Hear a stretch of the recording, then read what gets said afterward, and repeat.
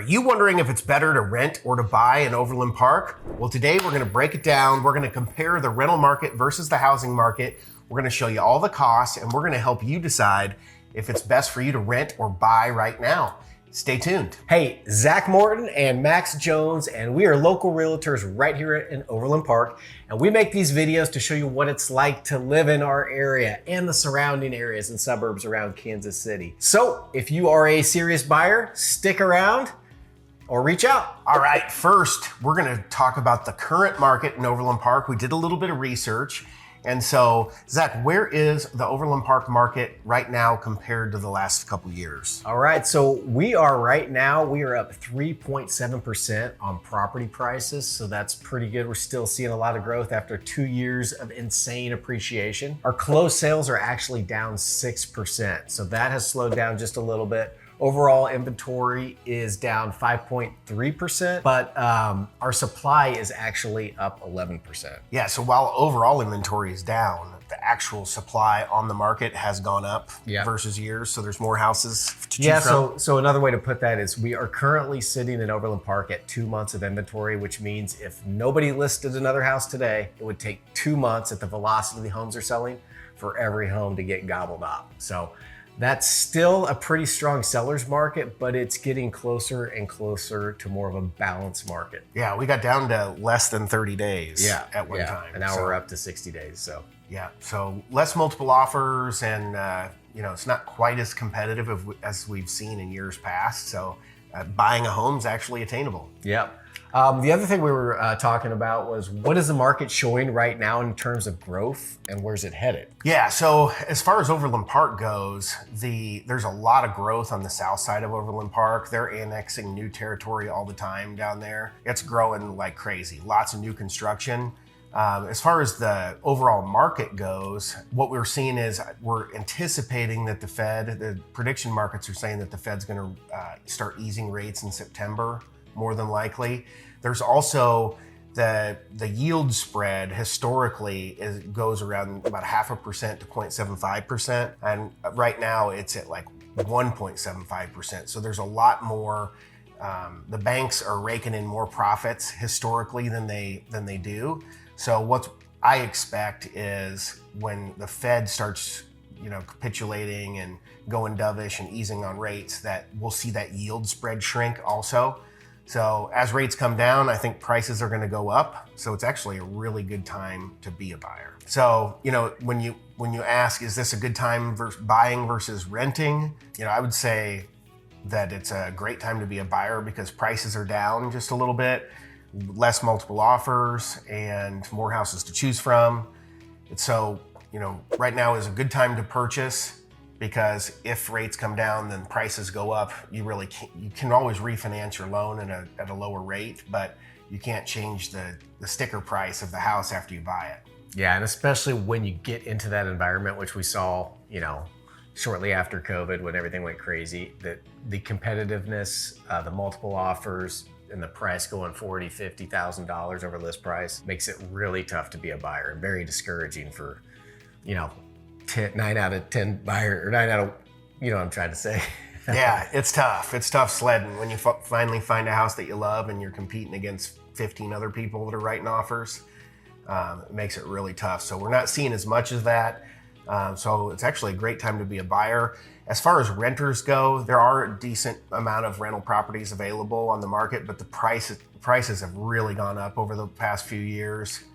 So it's not, in Overland Park in particular, it's not the most affordable place to be. It is one of the nicest areas in Kansas City, and that's why we're highlighting it. But as far as, really pertains to the whole Kansas City metro and all of the good subdivisions, we've seen, rent prices go up just as much as housing prices.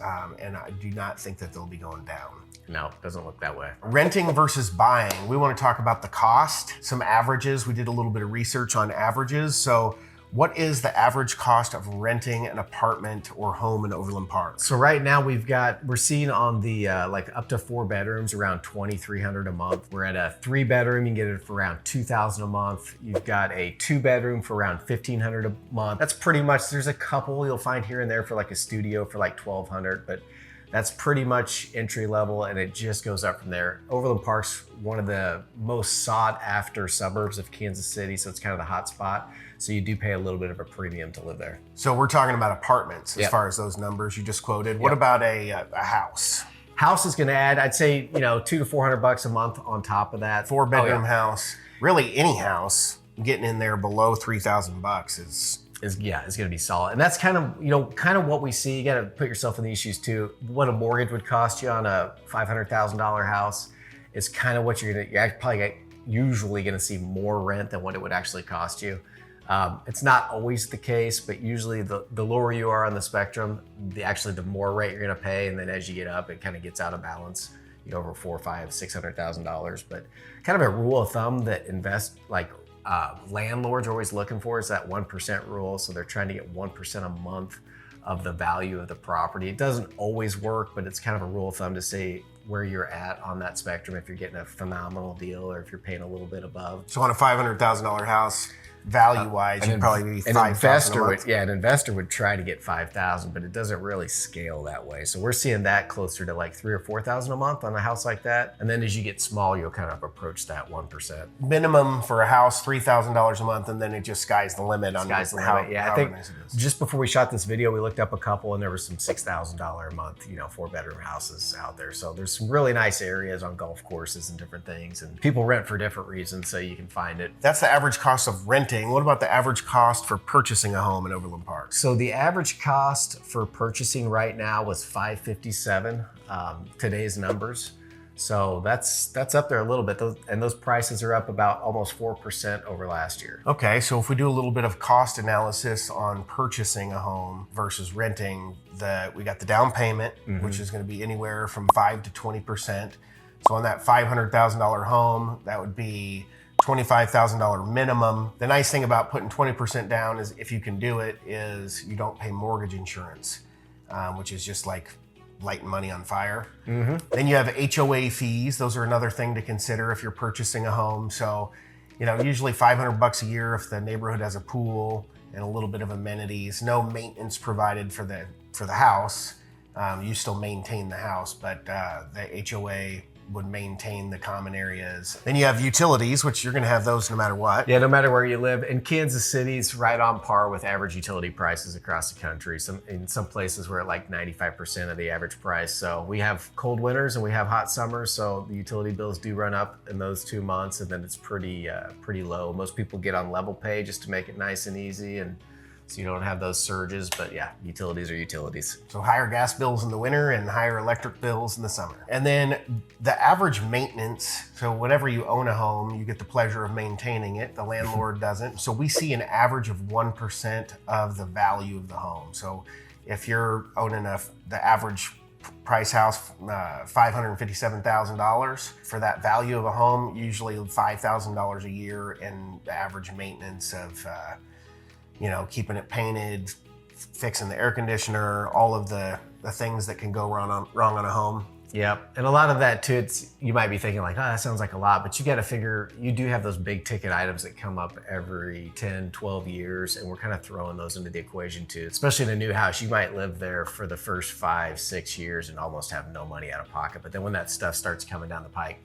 HVAC, garage door openers, oh, maybe the roof. We got a hailstorm out here in Kansas City, so it all starts to add up. Yeah, from light bulbs to roofs, Yeah. everything in between. Usually if it's a roof repair, in Kansas City, we do get a decent amount of hail and storm damage. So usually you're doing a deductible on an insurance claim, which might be $1,000, $2,000 for a roof repair, or replacement. So that does help, but even with like insurance prices have gone up like crazy, probably even where you're at now too. But so we're seeing less and less companies that are doing full replacement. They'll give you kind of a prorated life left in the roof kind of price. So it can still be pretty expensive. Yeah, usually minimum of $100 a month for homeowners insurance to $200-$300 a month, just depending on how much of a property you're insuring. Then you have the taxes. Uncle Sam always gets his cut. So when you own a home, you're paying principal, interest, taxes, and insurance. And when you're renting one, you just pay the landlord, who pays his own taxes. So we're seeing in Overland Park is 1.4% of the value of the home. So on that $557,000 average home, that'd be about $7,500 a year in taxes. Yeah, and that varies a little bit. It's not a rule of thumb. There's other places in the city that are a little cheaper too. So if you are price sensitive to taxes, there are other spots we can recommend. And then you have the interest. So that's a big topic of conversation today. Interest rates have gone up relative to where they were a few years ago. And I think they're right at like 6.5% right now. But we did a little crunch some numbers on a $400,000 loan. So assuming you put 20% down on your $500,000 house, you borrowed $400,000 at 3%, where rates used to be, that's about $1,000 a month in interest. At that same $400,000 loan at 7% is $2,300 a month in interest. So you can really see as interest rates go from 3, 4, 5, 6, 7%, you're really stacking on your monthly expense that goes towards servicing that debt. And that's just your interest payment. So you still have a principal payment included in that. That'll bring both those numbers up a little bit. But yeah, it's still, I mean, the biggest difference is the interest rate. And it all gets worked into one payment where you have the principal, interest, taxes, and insurance. So you won't have the maintenance or the HOA included, but the big chunks are included in your single payment. All right. So, really, I think when you're trying to decide whether renting or buying is right for you, you really need to think about the short-term and long-term benefits. I think that's what it comes down to. So let's talk about some of the short-term, long-term. What do you tell clients when they're thinking about their timeline? Their timeline, if they're looking at rent versus buy, I'd say usually a minimum of 2 years. You got to be willing to put some roots down for a couple years. So I know oftentimes we have people that are transferring in for work. Most people want to own, that have a family because it's your own space. You don't have any walls connecting to anybody else, so it's more private. It just feels more homey. But if you don't necessarily have a company that's paying your relocation, no matter whether you win or lose, because you've only been there for a year or two, then you really need to think more long-term and be there at least 2 years, and maybe even 3 years is a better goal. So where that number comes from is usually your cost of sale to sell a property is about 8%. So you have, commission and title insurance and closing costs. Yeah. So it usually averages out about 8%, and the average home price appreciates by about 5% historically, going all the way back into the early 1900s. So really, 2 years, you'd be at 10% appreciation on the value of the house, and then you would be in a position to absorb the costs of that sale. So if you're not going to stay somewhere for 2 years, maybe it is a good idea to rent. One of the things about renting or the home ownership, the benefits is you get a lot of privacy. You get if you want to invest in your property that you're staying, if you're living there and you want to paint or you want to spruce it up and you're renting, it doesn't really make sense. So the experience of living somewhere, renting versus owning, is a lot different. Yeah. Yeah, a lot of the rentals you can't have, especially apartments, you can't barbecue outside. So in Kansas City, for crying out loud, you got to be able to barbecue. Yeah. So there's all those little things that really make ownership nice. There's also some tax breaks. All that money that you're going to spend on interest payments is tax deductible. So that's, Uncle Sam gives us a little break there on home ownership. Whereas you're renting, you're just throwing that same payment away and you never see it again. It's gone forever. Whereas if you're making that house payment, you do get to keep a portion of that every single month, comes back to you, stays with you as that property continues to appreciate over time. So if you're focused on the long term, why don't you give us a call and we can help you talk about your situation and what might be a good fit for you. Renting versus buying, how about inflation? What does the future look like? We talked about historical average is 5%, but what's the forecast look like for renting versus buying? Well, I really can't see renting getting any cheaper right now. And I really don't see buying getting any cheaper either. So I don't know. When I look back personally at we've got some rental properties and stuff that I did bought when I was 25 back in the olden days. And when I look back, I just kick myself why didn't I just buy more? Because it's really grown into something magical. It's just one of those things. Owning real estate sometimes feels like a get rich slow kind of scheme. It is. I mean, we do flips also. We do a couple flips every year, find properties that are distressed and, breathe life back into them. And I think I've regret every property we've ever sold. Yeah. Being invested in real estate is very powerful. And, Warren Buffett has a saying about it's not timing the market, but it's time in the market, which he's talking about stocks. But the same holds true with with real estate is, get invested in real estate as soon as you can is a very wise idea financially, because that 5% every year, if you're renting, really, it's 100% interest. All the money is going away. You'll never see it again. But at least with owning a home, you're building some equity.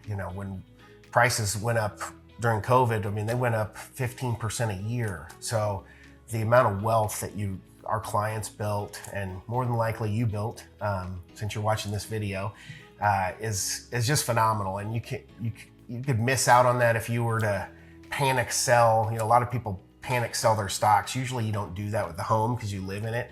But you get out of the stock market and then prices surge and it's impossible to recapture those, what you missed out on. So. Yeah, I mean, when you compare it to stocks too, just something that comes to mind, it's an investment that you get to live in, you get to enjoy, you get to customize it, you get to make memories, you get to raise a family.